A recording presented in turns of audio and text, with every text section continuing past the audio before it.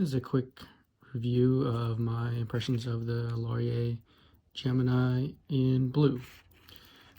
I've had this watch for about a week. Picked it up directly from the Laurier site. The bracelet is pretty nice. You can definitely feel that it's in this price range. You know, it's not quite as sturdy. Feels a little bit lighter, less resilient than maybe a higher price range bracelet. I really like the design of it. It's pretty unique with these flat links. It wears pretty nice. I did have one occasion in when I was in some warmer weather, then it wasn't as comfortable. I feel the kind of edges dinging in a little bit, but overall it wears really nice. It's really light, even though that it feels a little maybe not as high quality. It wears really nice and light. The clasp, nothing special. It's fine. The case, I like the case. It's kind of a Rolex style kind of case. The lugs slope a little bit. They're kind of longer and pointed like a Rolex case. Yeah, the case feels fine. The pushers, I think the design of the whole watch, them being the size they are, is fine. They do feel a little bit small just in use, but I think that's just the overall design style. This is the first watch with a Seagull movement that I've owned, so I don't know if this is just that movement, but the action in pressing the top crown, presses in a little bit and then you press in all the way.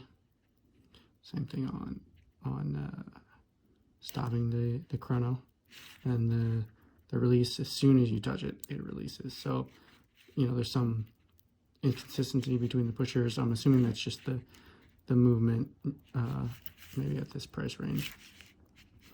The bezel, it's nice. Like the bracelet, it feels a little bit lighter. You can definitely tell it's kind of a lighter aluminum. The colors are really nice.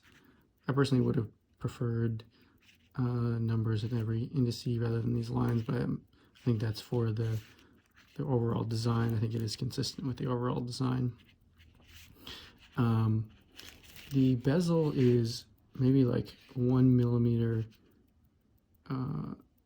smaller than the case, and so when you look at it, especially on your wrist, it does, the face and the bezel does look and wear a little bit smaller.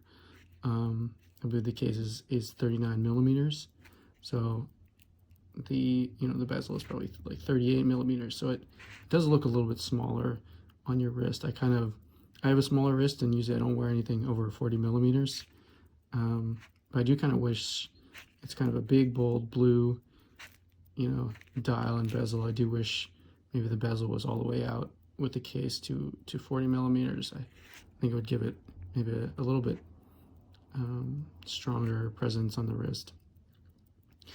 The dial, the dial is, it looks really nice, especially from far away, or if you're like wearing it on your wrist and take a look in the mirror.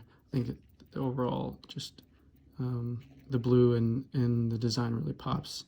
I don't know that I personally care for these indices, that they're just being like these kind of thinner sticks. Again, I think that's consistent with the overall kind of retro design. I think the overall design is very consistent, even though I don't personally care for it, kind of these like thin kind of lines in the design. The the bezel doesn't really have any play. It lines up nice. The chrono hand, I don't know if this is a problem with Seagull movements. When I first got it, it seemed like it was aligned just right, but now it seems like it's, I don't know, maybe like half a millimeter off, and I haven't really used the chrono that much, so yeah, I don't know if that's just a problem with the Seagull movement use over time or what, but yeah, overall I think it's a great watch for the price point. Definitely something I'm gonna be wearing. think the overall design looks more tool watch-ish, but just how it wears, it's also got the plexi crystal, wears kind of light, and wears like it's an aluminum kind of feeling watch. It feels a little more delicate than a tool watch. Because of that, it's I don't know, sometimes I feel like I'm not sure if I'm wearing it as like a dress watch or a tool watch, but overall I think it is a good like all-around watch, so I'm pretty happy with it.